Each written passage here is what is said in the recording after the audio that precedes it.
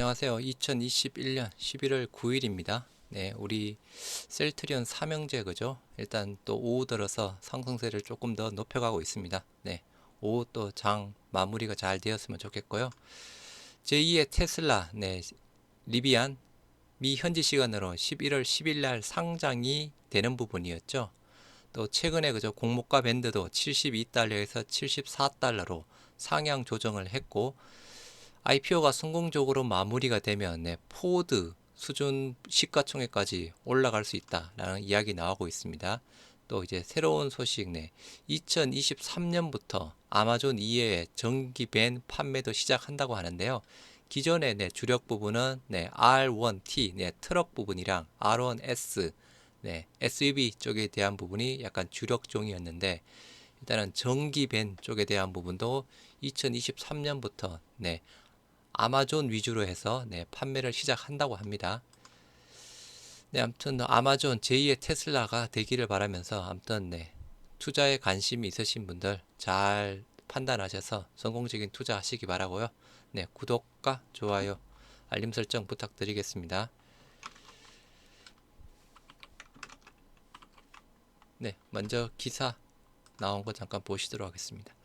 11월 8일 날 나온 국내 기사 부분이고요. 테슬라 대항마 리비안 나스닥 입성하죠. 그래서 영상 한번 보시도록 하겠습니다. 뉴욕 증시의 A2G 조영 기자와 함께하겠습니다.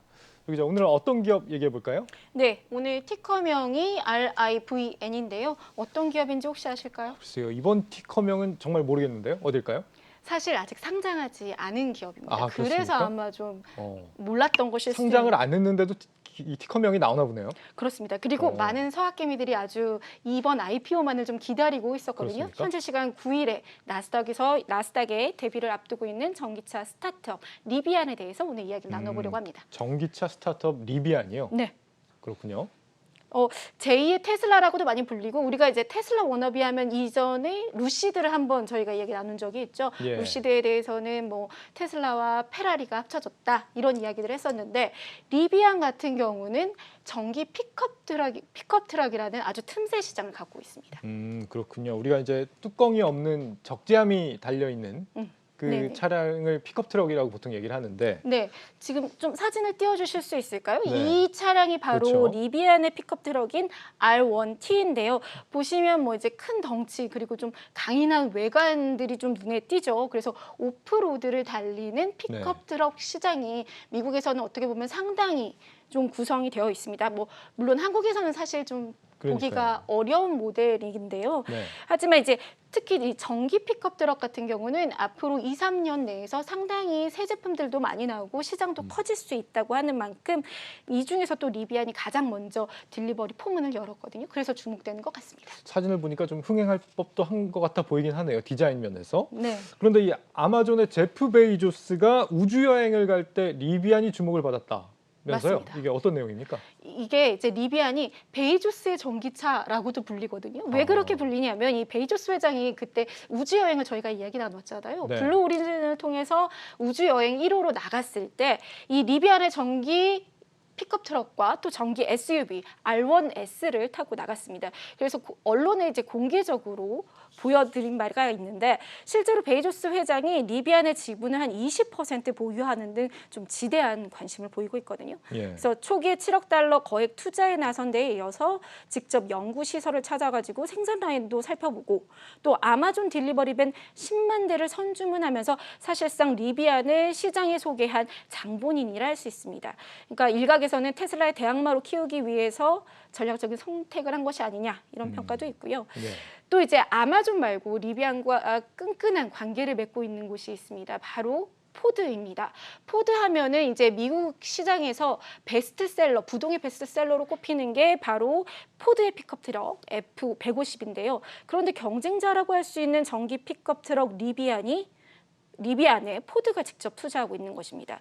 그러니까 리비안이 테슬라 좀 비교해서 차별되는 점이 있다면 기존의 내연기관 완성차 업체들과 가까운 관계를 계속 유지하고 있다는 부분입니다. 그래서 최근 월스트리트 저널 보도에 따르면 2019년 포드가 리비안에 대한 투자를 결정할 당시 또 다른 경쟁자가 바로 GM이었다고 해요. 그러니까 첩보전에 방불케 하는 지략 싸움 끝에 리비안과 손잡은 것이 포드라고 하는데 이만큼 미국의 대기업들이 앞다퉈서 초기 투자를 선점하려고 하는 만큼 리비안의 성장 가능성을 기대하고 있다는 것으로 풀이됩니다. 베이조스 회장이 관심을 보이고 포드가 직접 투자하는 회사다. 굉장히 네. 상장 전부터 기대를 모을 만합니다. 그렇다면 이 리비안이 만드는 차량의 경쟁력이라면 어떤 게 있을까요? 네, 먼저 이제 리비안의 주력 차량 모델인 전기 픽업 트럭과 또 전기 SUV 이 둘이 이제 형제 모델이라고 불리는데요. 예. 거의 같은 부품들을 사용하고 있거든요.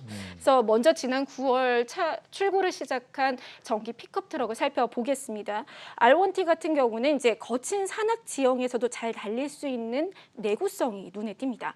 제로백이 길 위에서 한 3초대이고 마력은 600에서 최고 835마력, 그리고 여기에 4개의 휠에 각각 독립적인 전기 모터가 장착되어 있어서 제자리에서 360도 회전을 할 수 있다고 하네요. 저기서 말한 제로백은 이제 100km에 도달하는 시간이죠? 맞습니다. 네. 그래서 이제 크기 자체도 보시면 기존 픽업 트럭보다도 훨씬 더 큰 사이즈입니다. 전장이 한 5m 이상이 된다고 해요. 그리고 미국 차의 어떻게 보면 좀 특징인 투박하면서도 심플함이 극대화되지 않았나라고 보이고요. R1T의 가격은 69,000달러, 하나로 7,900만 원 정도이고 내년 초 시장에 선보일 것으로 기대되는 7인승 SUV 같은 경우는 72,000달러, 한화로 8,240만 원에서 시작될 것으로 보입니다. 그리고 이제 리비안이 추후 앞으로 새롭게 선보일 차량들은 차량 이 크기가 이보다는 좀 더 작고 또 좀 더 저렴한 모델이 될 것으로 예상됩니다. 이 전기차라고 하면 여기도 이제 배터리가 들어갈 텐데 네, 어떤 배터리를 씁니까 여기는? 바로 한국 삼성 SDI입니다. 아, 삼성 SDI요. 네, R1T에는 이제 삼성 SDI의 원통형 배터리가 들어가는데요. 예. 까다롭기로 유명한 미국 EPA 기준으로 한 번 충전으로 최장 505km까지 달리는 것으로 알려졌습니다. 그리고 현재 또 리비안은 플랫폼을 바탕으로 3가지의 배터리를 함께 탑재하는 자체 배터리를 개발하고 있습니다. 그러니까 이 부분에서도 삼성 SDI의 협력이 이루어질 것이다라고 시장은 전망을 하고 있는데요. 삼성 SDI가 미국 배터리 공장 부지로 일리노이주를 검토한다는 것도 바로 리비안 공장과 가까이 하기 위해서인 것으로 분석이 나왔었고요. 예. 또 이제 사실 이제 한국의 배터리 3사의 미국 전기 트럭 시장 경쟁도 좀 주목해 볼 만합니다.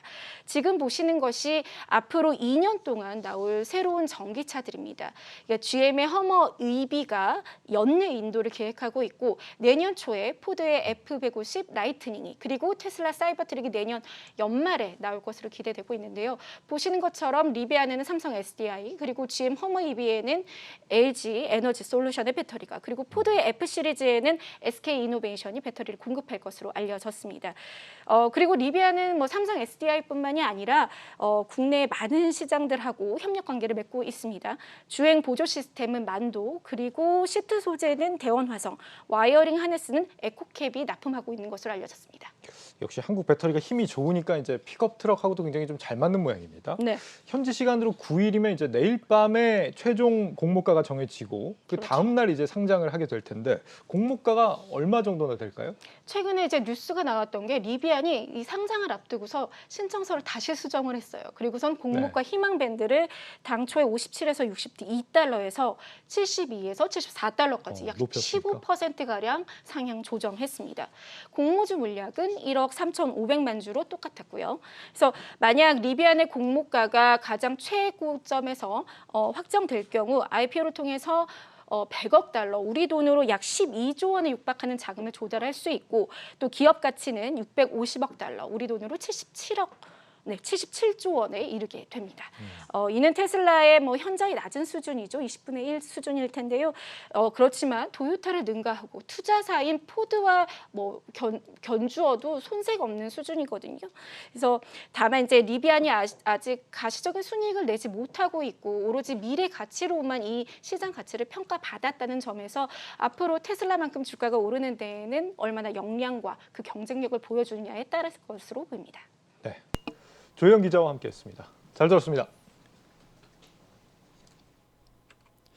네, 리비안 그죠? 제2의 테슬라. 제2의 테슬라 될 가능성이 없지 않아 있죠. 네, 일단 제 생각 부분이고요. 네, 11월 8일 날 나온 해외 기사 부분입니다. 리비안 2023년부터 아마존 이외의 회사의 전기 밴 판매를 시작한다고 합니다. 네, 그 전까지는 아마존의 일단은 독점 판매를 지금 진행하는 부분인데요. 리비안이 2020년에 전기 배달 밴 주문을 시작하고 2023년 초에 차량 고객에게 배달할 것이다. 그래서 그 전까지는 그저 아마존의 독점 상태로 전기 밴이 공급되는 부분입니다. 아마존이 아닌 상업용 차량 고객에게 전기 배달 밴을 판매하려면 이러한 차량의 시장이 아직 열려 있기 때문에 리비안이 단기간에 훨씬 더 많은 돈을 벌 수 있도록 도울 수 있습니다. 그러나 스타트업을 씹을 수 있는 것보다 더 많은 것을 물어뜯을 위험이 있습니다. 해서 그 전까지는 아마존의 독점 판매 부분입니다. 해서 이 부분에 대해서 좀 의문을 제기하고 있는 부분도 있는데요.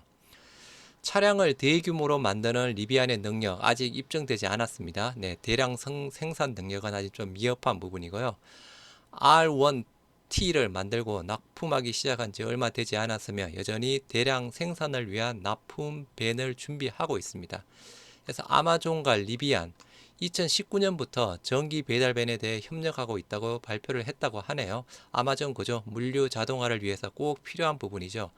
이 대기업은 물류 함대, 그러니까 전기 밴을 탈탄소화하기 위한 노력의 일환으로 2024년까지 최대 10만 대의 밴을 주문할 것이라고 합니다.